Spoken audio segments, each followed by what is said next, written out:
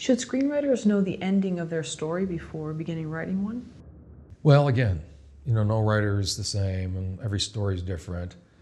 I'm reminded of the Writers Guild strike in 1988, which was the longest strike to date.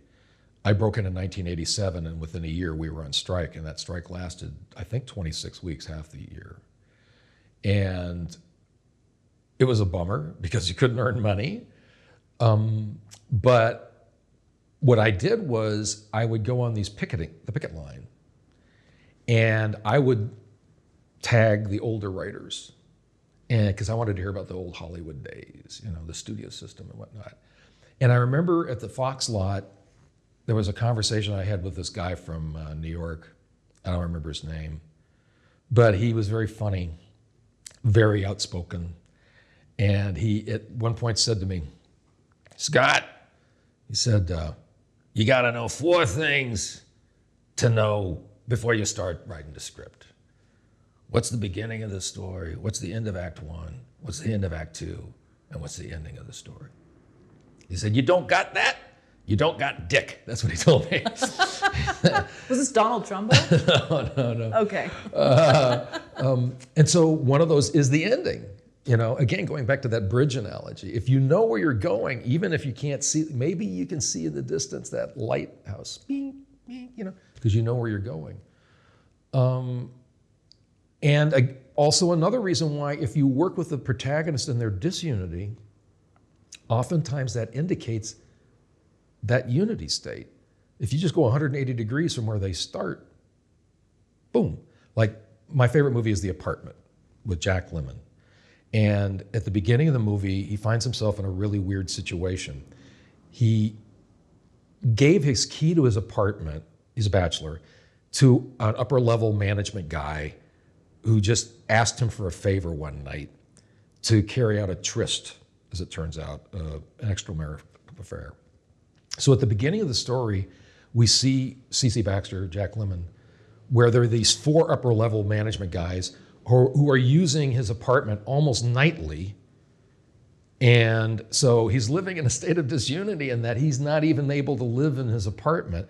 Moreover, he's basically a decent guy, but the reason he's doing that is because these guys all say the same thing, like after every night. "Hey, buddy boy, we got a review coming up. Going to give you good marks. Hopefully you get that promotion." Because he works in this like sea of accounting people with, there weren't even cubicles. It's like these just little desks. And he's bought into the corporate mentality. He wants to go up the corporate ladder.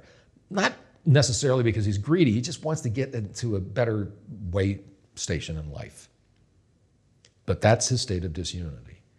And he's also enamored of Fran Kubelik, who's Shirley MacLaine, the elevator operator, but he can't screw up the courage to ask her out. As it turns out, she's having an affair with his boss, Mr. Sheldrake, Fred McMurray. And so that crushes him when he finds out. Worse, Sheldrake asks for the key, which means that he's now having an affair with the woman that Baxter loves in Baxter's house or apartment and in his bed, right? So just a horrible situation. Well, if you look at where he is, he's enamored of the corporate thing, and yet he's in love with this woman, and we know he's basically a decent guy. You can almost see where, well, eventually he's going to have to reject the corporate thing, which is what he does. But there are things he needs to go through along the way. He needs to bond with Fran Kubelik. She has an attempted suicide at his place, and so they're together for 2 or 3 days, so they have a chance to connect with each other. He's got a next-door neighbor, Dr. Dreyfus, who's the mentor figure. Everybody in the apartment building thinks that that Baxter's having all these parties all the time, The doctor says, "When you die, I want to donate your body to the university. We want to see that how you did that, But so Dr. Dreyfus gets to him and says, "What you need?" He says, "You need to be a mensch." You know what that is, Baxter? A human being. And he's giving that advice. So at the end of the day, when Sheldrake, he's now at this point, by the end of the movie, Baxter is now in the office next to Sheldrake on the 26th floor. So he has completely achieved like the ultimate in corporate life. He's right there, right next to the boss. Well, the boss asks for his key again because he had to throw it out because his affair, he's now separated from his wife and this whole thing. And Baxter doesn't give it to him. He gives him the key to the executive washroom instead. And Sheldrake is like, what are you doing? He says, save it, your old payola won't work with me.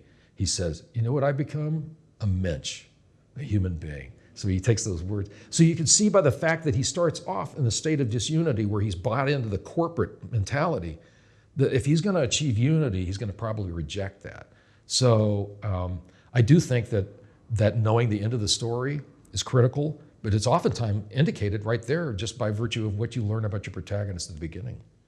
Which is interesting because The Graduate is kind of a twist on that. It's where he doesn't want to be part of the corporate world, and he's still having an affair, but it's almost out of desperation because he doesn't know what to do with his life, and he's got all this pressure and plastics. That's what It's just interesting because that's kind of a yes, absolutely. He's completely lost and floundering. He doesn't buy into the Benjamin. He doesn't buy into the plastic existence of his parents and their friends and that whole thing and that generation. And he turns to this affair with Mrs. Robinson, just because it's something to do. And it's not really that he becomes at all even approximating what is his authentic nature until he meets Elaine, Mrs. Robinson's daughter. And that's when he finally gets on board. But even that's a little bit fraudulent because it's like he's so desperately yearning for some meaning in his life, he projects that onto her, which is why at the end, when the director did not say cut in the bus, he just let that keep rolling. And you see them they're excited at first, and then they're just kind of sitting there and they don't know what they've done, really.